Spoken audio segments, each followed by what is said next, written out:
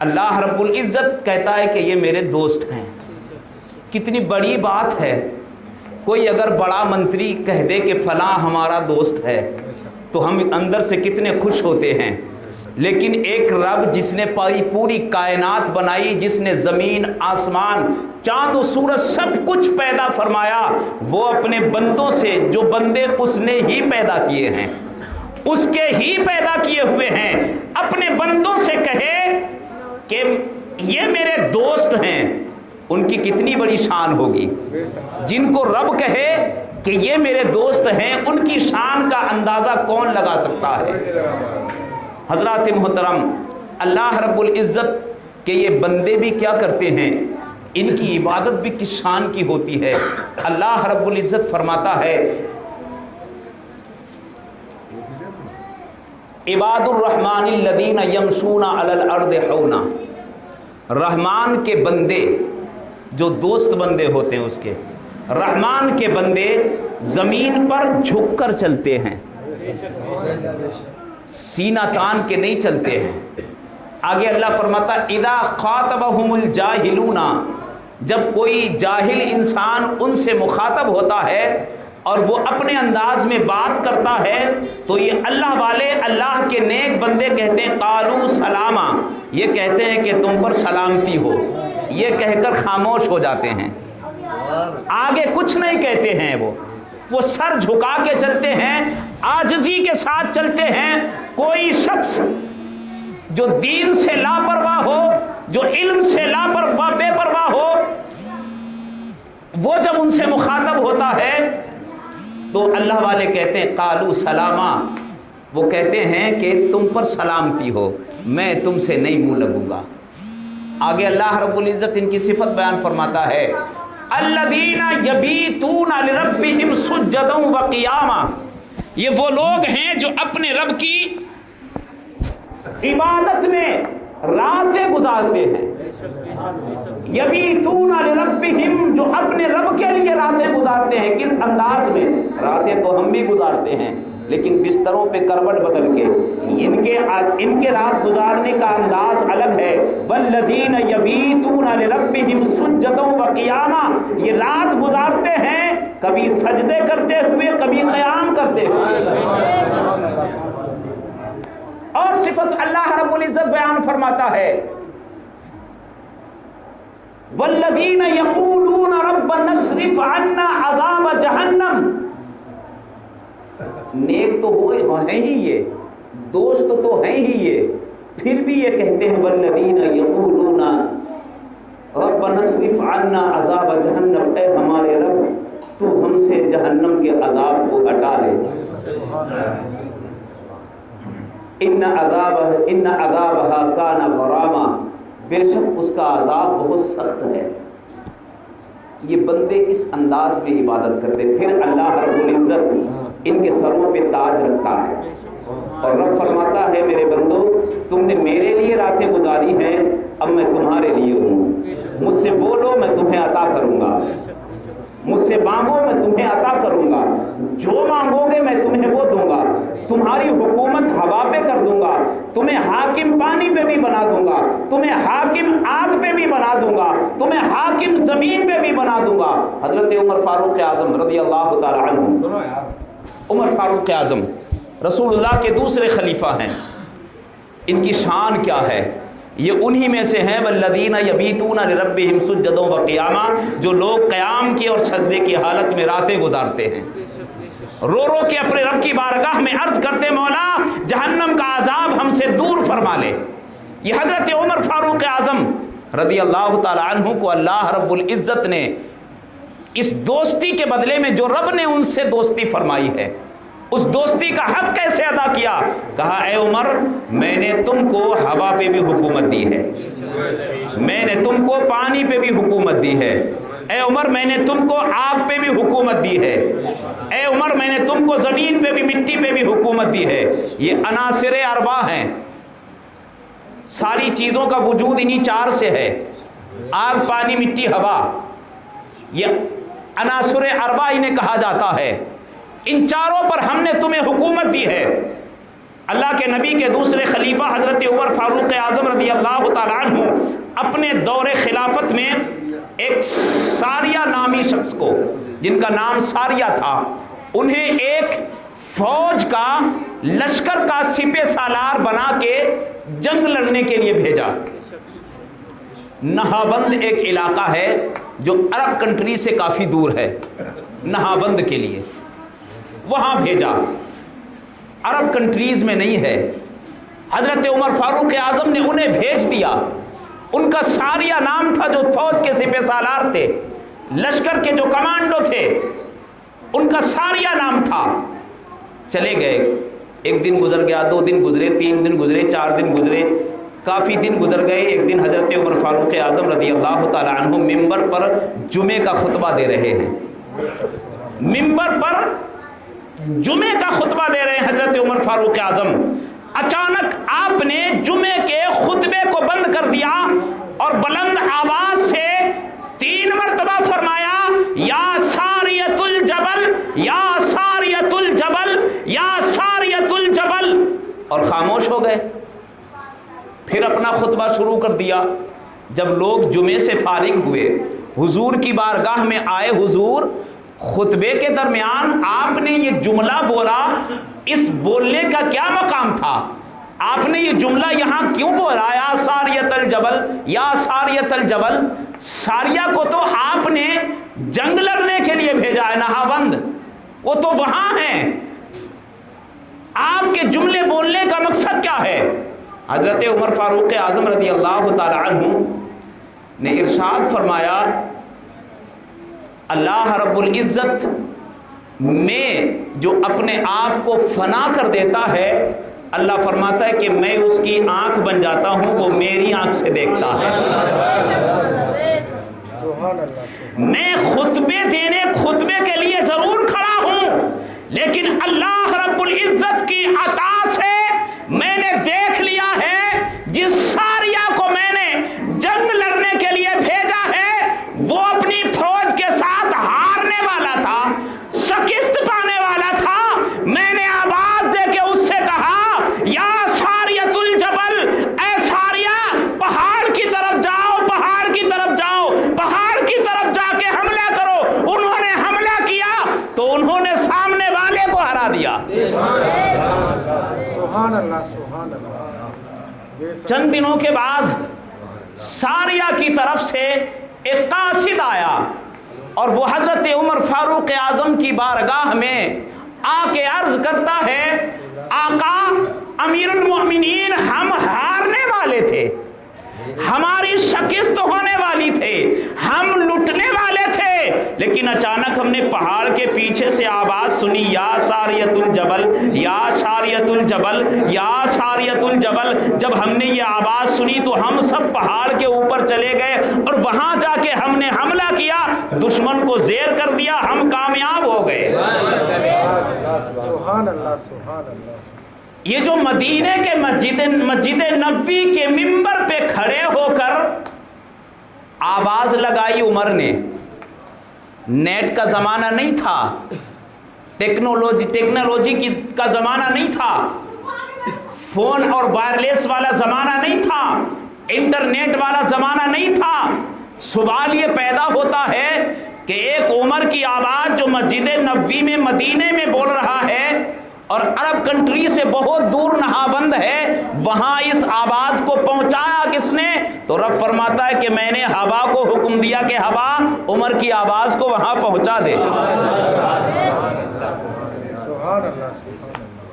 اللہ رب العزت نے انہیں ہوا پہ بھی حکومت دی ہے۔ مدینے میں ایک بار شور ہوا، بہت تیز شور ہوا۔ شور کیا ہوا؟ لوگ دوڑے دوڑے حضرت عمر کے پاس آئے، حضور پہاڑ کی طرف سے آگ کے شعلے آ رہے ہیں اور وہ آگ مدینے کی طرف بڑھتی چلی آ رہی ہے۔ حضرات، آج جب ہم کہیں آگ دیکھتے ہیں تو فائر بریگیڈ والے کو فوراً فون کرتے ہیں، وہ آگ بجھانے والی مشین آتی ہے، اسے آنے میں کچھ دیر بھی ہوتی ہے، لیکن قربان جاؤ عمر کی شان پہ، حضرت عمر کی بارگاہ میں کہا گیا حضور آپ کی حکومت ہے، شہنشاہ آپ ہیں، کوئی ہمیں پریشانی ہوگی تو آپ ہی سے شکایت کریں گے نا، آپ ہی کی بارگاہ میں عریضہ پیش کیا جائے گا۔ حضور پہاڑ کی طرف سے آگ نکلی ہے اور بڑی تیزی سے مدینے کی طرف آ رہی ہے، ہمیں ڈر ہے کہیں ایسا نہ ہو وہ مدینے میں گھس کے مدینے کو تباہ کر دے۔ حضرت عمر فاروق اعظم رضی اللہ تعالی عنہ نے یہ نہیں فرمایا کہ بالٹیوں کا انتظام کرو، کنووں کا انتظام کرو، فائر بریگیڈ بلا لو۔ حضرت عمر فاروق اعظم نے اپنی چادر کو اتارا اور چادر کو اتار کر غلاموں کو عطا کی، کہا یہ چادر کو لے جاؤ، جہاں آگ آپ کو دکھائی دے اس چادر کو آگ کے سامنے کر دینا، اس چادر کو آگ کے سامنے کر دینا۔ تاریخ بتاتی کہ وہ چادر لے کے امیر المومنین کے غلام گئے، تیزی سے آگ دوڑتی آ رہی تھی، حضرت عمر فاروق اعظم کے غلاموں نے حضرت عمر فاروق اعظم کی چادر کو سامنے کیا، ابھی آگ تیزی سے ادھر آ رہی تھی، اب تیزی سے واپس جانے لگی ہے۔ جس عمر کی چادر میں یہ کمال ہے تو عمر میں کتنا کمال ہوگا۔ آگ پہ بھی اللہ نے انہیں حکومت دی ہے۔ دریائے نیل بہتا ہے، سال میں ایک مرتبہ بند ہو جاتا ہے، ہر سال بند ہوتا ہے، اور وہ بھیٹ مانگتا ہے خوبصورت لڑکی کی۔ رواج تھا، یہ رسم پڑ گئی، ہر سال لوگ ایک بیٹی کو تیار کرتے ہوتے دلہن بنا کر اس دریائے نیل کو بھیٹ چڑھا دیتے تھے۔ حضرت عمر فاروق اعظم کا زمانہ آ گیا، سبحان اللہ، آپ کا زمانہ آیا، دریائے نیل سوکھ گیا، لوگ حاضر ہو گئے، حضور بادشاہ آپ ہیں، حاکم آپ ہیں، پبلک اگر بھوکی مرے گی پیاسی مرے گی تو ذمہ دار آپ ہیں، آپ سے ہم شکایت کرنے آئے ہیں کہ دریائے نیل سوکھ چکا ہے، ہمیں اب اس کو ایک لڑکی کی بھیٹ دینا ہوگی، بغیر بھیٹ دیے وہ جاری نہیں ہوگا، اور اس کا ہر سال کا یہ معمول ہے۔ اللہ اکبر۔ حضرت عمر فاروق اعظم رضی اللہ تعالی عنہ نے جو مٹی کی ہانڈی ہوتی ہے اس کی ایک ٹھیکری لی، اس کی ایک ٹھیکری لی، اور اس ٹھیکری پر اپنے مبارک ہاتھ سے لکھ دیا۔ کیا لکھا؟ یہ خط دریائے نیل کی طرف، مفہوم سمجھا رہا ہوں، دریائے نیل کی طرف امیر المومنین عمر بن خطاب کی جانب سے، اے دریائے نیل اگر تو اللہ کے حکم سے جاری ہے تو ابھی جاری ہو جا، اور اگر تو اپنی مرضی سے چلا ہے، اپنی مرضی سے سوکھتا ہے، اپنی مرضی سے چلتا ہے تو تیری مرضی، لیکن میں اتنا کہہ رہا ہوں اگر تو اللہ کے حکم سے چلتا ہے تو فوراً چل جا، ورنہ عمر آ رہا ہے، میرے رب کی تجھے زمین چھوڑنا پڑے گی، تجھے میرے رب کی زمین چھوڑنا پڑے گی۔ اللہ اکبر۔ اور جو قاصد جس کو وہ ٹھیکری دی اس سے کہا کہ جب تو دریائے نیل کے اندر پہنچے اور جو جس میں ریت ہی ریت ہوگا، جب وہ خط دریائے نیل کے حوالے کرے تو تیزی سے گھوڑا دوڑا کے واپس آنا۔ یقین دیکھیے، یقین، اللہ کی ذات پہ بھروسہ دیکھیے۔ پہلے اس خادم سے کہہ دیا کہ تو جب دریائے نیل کے حوالے یہ رکا، یہ میرا خط کر دے جو ایک ٹھیکری کی شکل میں ہے، جب تو حوالے کر دے تو جلدی سے واپس آ جانا، کہیں ایسا نہ ہو دریائے نیل تجھے پکڑ لے، پانی اتنی تیزی سے آئے کہ تجھے غرق کر دے۔ اللہ اکبر۔ حضرت عمر فاروق اعظم رضی اللہ تعالی عنہ کا یہ رکا لے کے وہ قاصد پہنچا، اور جیسے ہی دریائے نیل کے یہ حوالے کرا، اس نے بھی حکم کے مطابق تیزی سے گھوڑا دوڑایا، اس نے پیچھے مڑ کے دیکھا کہ فوراً دریائے نیل جاری ہو گیا، اور ایسا جاری ہوا کہ آج تک چل رہا ہے، آج تک چل رہا ہے۔ پانی پہ بھی میری عمر کو اللہ رب العزت نے حکومت دی ہے، مٹی پہ بھی حکومت ہے۔ زلزلہ آ گیا، زلزلہ آ گیا زمین میں ایک مرتبہ، حضرت عمر فاروق اعظم نے اس زمین سے کہا، زمین بتا کیا عمر تیرے اوپر انصاف نہیں کر رہا ہے؟ بتا کیا تیرے اوپر عمر انصاف نہیں کر رہا ہے جو تو ہل رہی ہے؟ اگر عمر تیرے اوپر انصاف کر رہا ہے تو فوراً ٹھہر جا۔ عمر کی زبان سے الفاظ نکلے، زمین ٹھہر گئی۔ مٹی پہ بھی میرے آقا صلی اللہ علیہ وسلم، میرے آقا کے اس غلام کو اللہ رب العزت نے حکومت عطا فرمائی ہے۔ میرے عزیزو، یہ اللہ والوں کی بڑی شان ہوتی ہے، انہیں اللہ رب العزت نے بڑی طاقت عطا فرمائی ہے۔ کیوں؟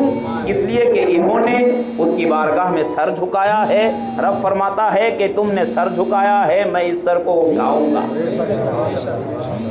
میں اس سر کے چرچے کراؤں گا، فرشتوں میں بھی، زمین والوں پہ بھی، عرشوں پہ بھی ان کے چرچے ہوں گے۔ حضرات محترم، لہذا ہمیں بھی اگر عزت چاہیے تو ان اللہ والوں سے جڑے رہیں، ان سے محبت کرتے رہیں، اور یقین پوچھو ہمیں جو کچھ بھی ملا ہے اور جو کچھ بھی ملے گا وہ صرف محبتوں سے ملے گا۔ آپس میں بھی محبت کرو، رشتہ داروں سے بھی محبت کرو، گھر والوں سے بھی محبت کرو۔ محبت ایک بہت بڑی چیز ہے، محبت ہی ہمیں جنت میں لے جانے والی ہے۔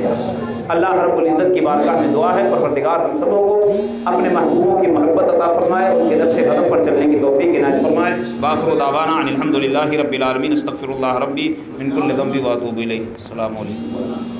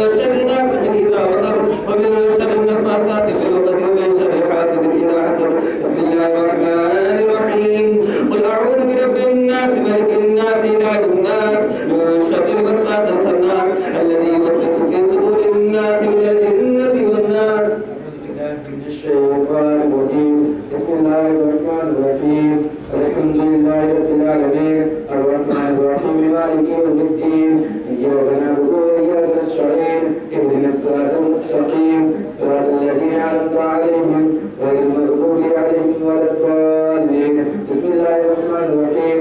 ألف لام ميم. ذلك الكتاب لا ريب فيه هدى للمتقين الذين يؤمنون بالغيب ويقيمون الصلاة ومما رزقناهم ينفقون والذين يؤمنون بما أنزل إليك وما أنزل من قبلك وبالآخرة هم يوقنون أولئك على هدى من ربهم وأولئك هم المفلحون. أعوذ بالله من الشيطان الرجيم.